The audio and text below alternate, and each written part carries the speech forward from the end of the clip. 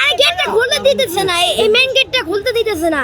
Ticket ছাড়া তো ঢুকতে দিবে না, হ্যাঁ সিরিয়ালে আসতে হবে। চলে আসতে হবে। হ্যাঁ ভিতরে ঢুকে কি দেখবে? এই যে জুলাই যোদ্ধাদের দেখবো। ছিলেন এই মুহূর্তে জুলাই জাদুঘরে ঢোকার জন্য উপচে পড়া সাধারণ মানুষের ভিড়।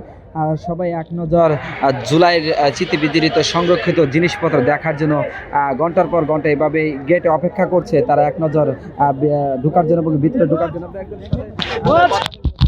সময় যাবত অপেক্ষা করছে।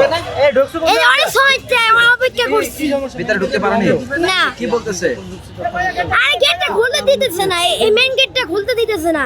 টিকিট ছাড়া তো ঢুকতে দিবে না, হ্যাঁ সিরিয়ালে আসতে হবে। চলে আসতে হবে। হ্যাঁ ভিতরে ঢুকে কি দেখবে? এই যে জুলাই যোদ্ধাদের দেখবো। নাই, হ্যাঁ এটা কার বাড়ি ছিল সেটা জানো? এটা শেখ হাসিনার বাড়ি, আচ্ছা। বাসভবন। বাসবাবু এখানে ঢুকে কি করবে? হ্যাঁ এখানে ঢুকে কি করবে? আমার নাম দেখবো। আচ্ছা, ভিতরে একটা লাল টেলিফোন আছে, সেখানে শেখ হাসিনার সাথে কথা বলা যায়। ঢুকতে পারলে কি বলবে তারে?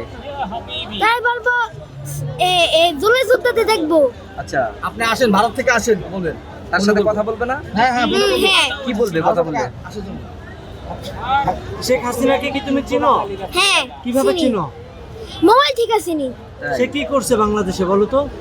বাংলাদেশের জন্য অনেক কিছু করছে। আচ্ছা।